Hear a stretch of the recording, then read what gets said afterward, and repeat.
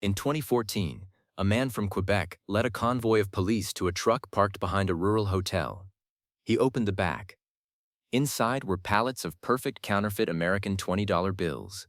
$200 million of them. Frank Barassa had printed 12.5 million fake bills. Guinness lists it as the largest counterfeiting operation ever run by one person. He served 6 weeks in jail and paid a $1,300 fine. 6 weeks for $250 million. But Frank is not the top of this ladder. He is not even close, because there are 8 levels of counterfeiting, and to understand how anyone reaches the top, you have to start at the very bottom, with a $20 Rolex. Level 1. The $20 Rolex. Canal Street. A folding table, a guy with a duffel bag.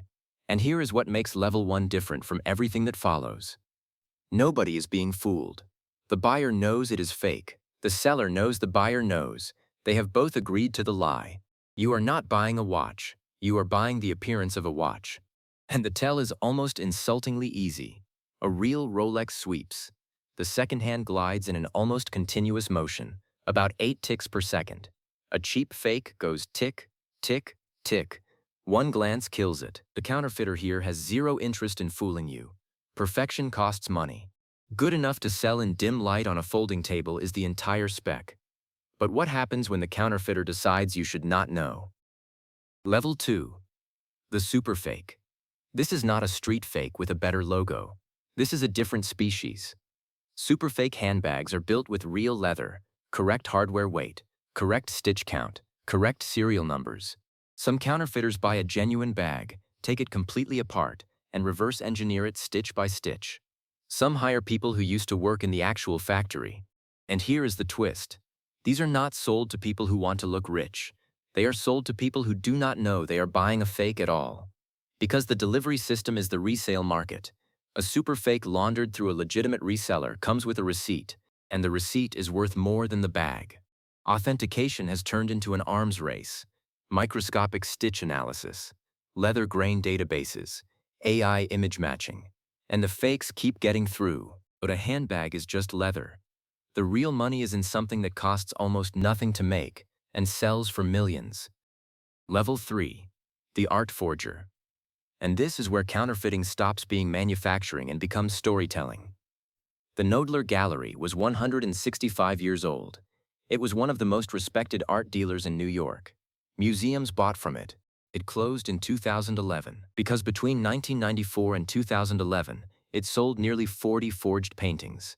Fake Rothkos, fake Pollocks, fake de Koonings. They were all painted by one man, in a garage, in Queens. His name was Pei Shen Qin, and he aged the canvases using tea and dirt from a vacuum cleaner. He was reportedly paid less than $9,000 per painting. One of them sold for $8.3 million. And the reason it worked was not the painting, it was the story. The dealer who supplied them claimed they came from a mysterious anonymous collector. The gallery called him Mr. X. Mr. X did not exist, but the story explained why these masterpieces had no history, and everybody wanted to believe it, because nobody wants to be the person who says the $8 million painting is fake. The dealer who brought them in was eventually ordered to pay $81 million to the victims. The forger fled to China. But forging art is a con on the rich. There is a piece of paper in your pocket right now that governments have spent 300 years trying to protect. Level 4. Counterfeit currency. Now you are not defrauding a buyer, you are attacking a country. Money is the one product where the manufacturer is a government and the security features are a national defense project. Color-shifting ink, embedded threads, microprinting, raised printing you can feel with a fingernail. And every amateur counterfeiter fails at the same place, the paper. American currency is not paper. It is 75% cotton and 25% linen, with red and blue fibers baked into it. That is why it survives a washing machine, and why a fake printed on bleached printer stock feels wrong the instant a cashier touches it. Which brings us back to Frank Barassa. Frank understood that the paper was the whole game, so he invented a fake company, told a European paper mill he was printing corporate bond certificates, and had them manufacture real currency stock for him. He even had a printing drum shipped in from Germany so they could add the watermark. The mill made him the paper. He printed $250 million. He targeted 20s, not hundreds, for one very deliberate reason. Cashiers hold hundreds up to the light. Nobody looks twice at a 20. He sold them for 30 cents on the dollar. His entire operation cost about $325,000 to set up. One man, one warehouse, $250 million. Now imagine an entire government decides to do this. Level 5. State counterfeiting. When the forger is a country. 1942. Nazi Germany assembles roughly 140 prisoners from concentration camps. Engravers, printers, bankers, typesetters, they are moved into 2 sealed barracks at Sachsenhausen and put to work. The plan, approved personally by Hitler, was to fly over Britain and drop counterfeit money out of airplanes. Not bombs, money. Enough of it to make the pound worthless. The prisoners produced almost 9 million banknotes, face value, 134 million pounds. That is worth billions today. They were the finest counterfeits the Bank of England had ever seen. Here is what gave them away. The Nazis cracked the paper. They cracked the printing. They cracked the watermark. But they could not crack the serial number system, so they reused serial numbers from real notes. In 1943, a bank clerk noticed a note in front of him had already been recorded as destroyed. Britain's response tells you how scared they were. They pulled every banknote above £5 out of circulation.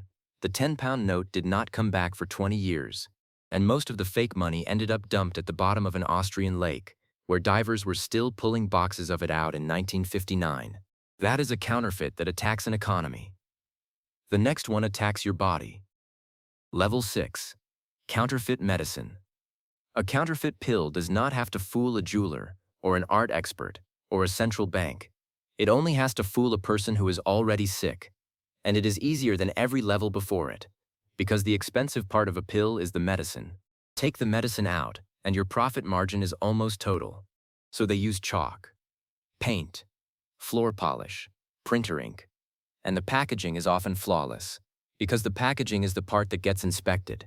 Fake antibiotics and fake antimalarials are the big killers, and there is a horrible wrinkle here. A pill with no active ingredient means an untreated infection. But a pill with just a little active ingredient is arguably worse, because that is a breeding program for drug-resistant strains.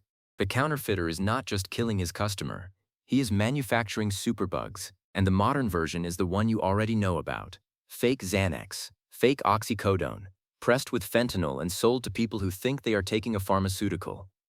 Every level so far had a victim who could at least walk away.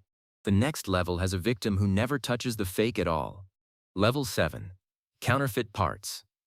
The counterfeit nobody ever sees.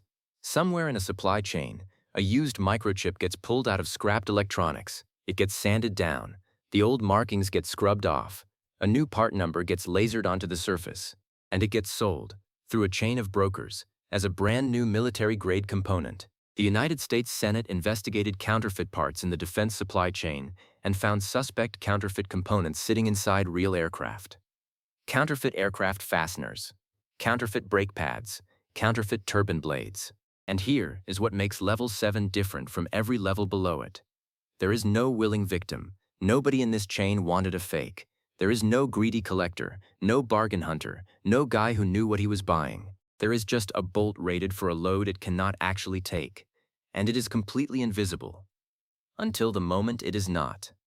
Every level so far, somebody had to make something. A watch, a bag, a painting, a pill, a bolt. On the final level, nothing gets manufactured at all. Level 8. Counterfeiting a person. The most valuable thing to counterfeit is not a product. It is a person.